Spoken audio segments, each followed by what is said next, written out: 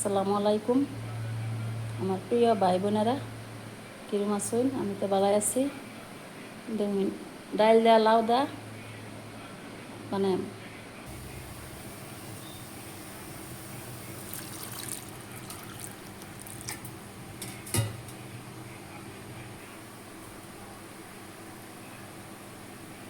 স্বাদ মতো লবণ দিলাম, তার চালা সিদ্ধ হয়ে যাব।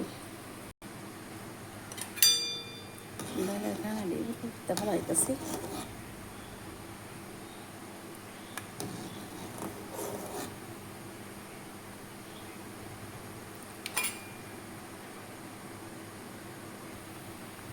খানা ফেলা দেওয়া এই যে বিদ্যা বিলাহি দিতেছি।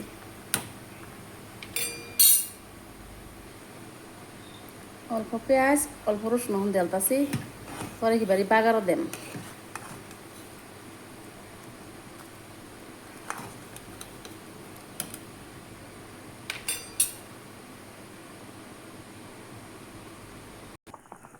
ডাল সিদ্ধ হয়ে গেছে।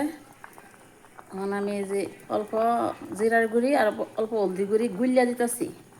গুলিয়া না দিলে ডাইলের মধ্যে পাক উঠলে ডেগের কানি মাঝে লাগিয়ে পড়ে। মশলা মশলা গুঁড়ি একটা ছোটো একটা টিপস, আমি সবসময় মশলা গুলিয়া দিই। গুলিয়া দিলে তো এই ডেগের কানি মাঝে উঠে না। কাঁচামরিচ দিলাম,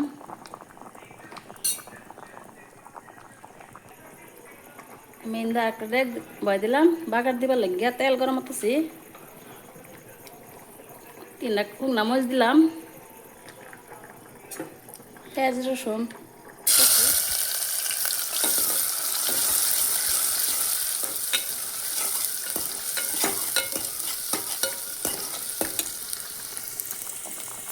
আমি ডেগটা উল্টায় বাগার দেম।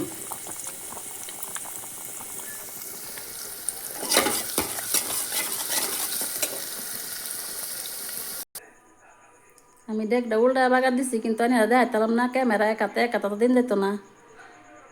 এবার বাগার দিলে মানে বাগারের ঘেরানটা একটু হের ফেরো না, পুরা থাকে যা। ডাইলটা খায় আর বেশি স্বাদ লাগে।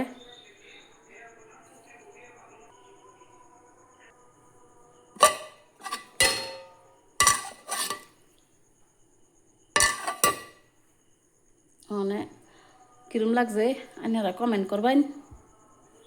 এই সবই ভালো থাকবেন, সুস্থ থাকবেন, আমার লাগেও দোয়া করবেন। খুদা হাফিজ।